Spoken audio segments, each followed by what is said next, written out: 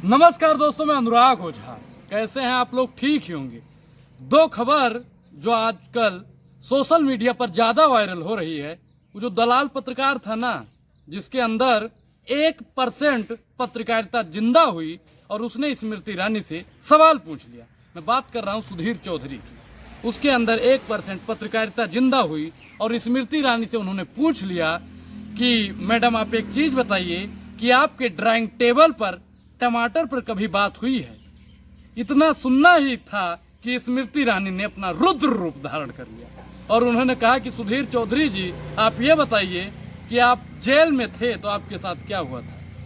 हम मानते हैं साहब कि सुधीर चौधरी को जेल हुई थी, 100 करोड़ रुपए का घोटाले पे कुछ बात थी। आज आप लोगों को लग रहा होगा ना कि सुधीर चौधरी की तारीफ कर रहा है। नहीं, सुधीर चौधरी के अंदर जो जमीर जिंदा था, जो पत्रकारिता जगत उनके अंदर जहन में बार बार बाहर निकल रहा था, स्मृति ईरानी यहाँ से सोच के यही गई होंगी ना साहब कि जाएंगे तो वहाँ पे हमसे सुधीर चौधरी तो अपना ही पिल्ला है, अपनी ही बिल्ली है। लेकिन जब अपनी ही बिल्ली मिमियाने लगे, मी मी मी मी करने लगे, तब स्मृति ईरानी जी को बुरा लग गया। वहाँ पे अखिलेश यादव जी से भी सवाल पूछा गया। बीजेपी के लोग ये कहते हैं, बीजेपी के लोग वो कहते हैं। अंजना ओम कश्यप वगैरह ऐसा पूछ रही थी ना जैसे कि कोई वहाँ पे पत्रकार नहीं, बीजेपी का प्रवक्ता हो। लेकिन सुधीर चौधरी की हिम्मत को भाई आज सलाम करना पड़ेगा। उन्होंने जो हिम्मत दिखाई ना, स्मृति ईरानी से सवाल कर लिया। स्मृति ईरानी जो मोदी जी के बिल्कुल खास आदमी है, बाल विकास मंत्री के नाम पे पूरी भाजपा को संभालने वाली, पूरी भाजपा के लिए सबसे ज्यादा झूठ बोलने वाली, सबसे ज्यादा चापलूसी और कसीदे पढ़ने वाली स्मृति ईरानी से जब टमाटर पे बात हुई, टमाटर खट्टा होता है साहब, लेकिन इतना तीखा लग जाए ये हमको मालूम नहीं था। आप एक वीडियो और देखिए, ये वीडियो हम आपको दिखाते हैं। ये गोरखपुर की एक लड़की है। हेलो दाढ़ी वाले बाबा और प्रिय फेकू मोदी जी, अब आपको अपने पद से इस्तीफा दे देना चाहिए। जब आप चाय बेच करके भारत के प्रधानमंत्री बन सकते हैं, तो हम पोस्ट ग्रेजुएट करके प्रधानमंत्री काहे नहीं बन सकते? देश आपसे संभाला नहीं जा सकता है। हाँ, देने की तैयारी करिए, ठीक है।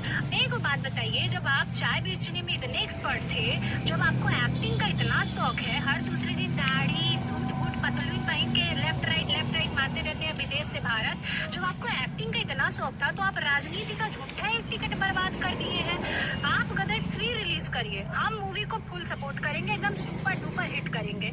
जब से हम सुने हैं कि थरिया तमाशा बजाने से कोरोना भाग जाता है, तब से तो हमको मन कर रहा है हम अपने फिजिक्स केमिस्ट्री मैथ में आग लगा दें। सही बता रहे हैं, लोकतंत्र भारत को लोकतंत्र ही रहने दीजिए। जब से आप आए हैं बहुत मनबड़ाई कर रहे हैं, इतना मनबड़ आदमी।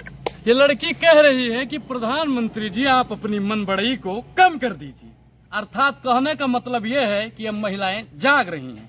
प्रधानमंत्री जी ने महिला सशक्तिकरण की बात तो की थी साहब, लेकिन महिलाओं को सबसे ज्यादा नोचने का काम अगर किसी ने किया है तो भारतीय जनता पार्टी के नेता हों, विधायक हों या सांसद हों या सह संयोजक हों।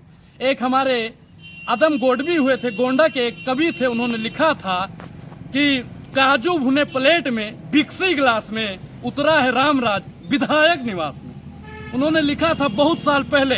उनको मालूम था कि आने वाले समय में ऐसी सरकारें आएंगी, ऐसे दरिंदगे नेता और विधायक बनेंगे जो आए दिन महिलाओं को नोचने का काम करेंगे। अब इस लड़की की हिम्मत को सलाम करना पड़ेगा कि जो प्रधानमंत्री से कह रही है कि दाढ़ी वाले बाबा आप कुर्सी को खाली कर दीजिए, झूठे झूठे को टिकट को खराब मत कीजिए। आपकी इस पूरी वीडियो पर क्या प्रतिक्रिया है? और एक चीज और बता रहे हैं कि आप स्मृति ईरानी जी से कितना सहमत हैं? और सुधीर चौधरी ने जो सवाल किया है, उनके सवाल को और उनके जज्बे को तो मेरा सलाम है। और पूरी भारतीय जनता पार्टी अब सुधीर चौधरी से तो नाराज हो ही चुकी है। और जितने भी पत्रकार बचे हैं ना, जितने भी बचे हैं, अब वो भी सवाल पूछने लगे, ताकि भारतीय जनता पार्टी का जो अहंकार है, जो तानाशाही सत्ता चल रही है, वो धाराशाही हो सके। धन्यवाद।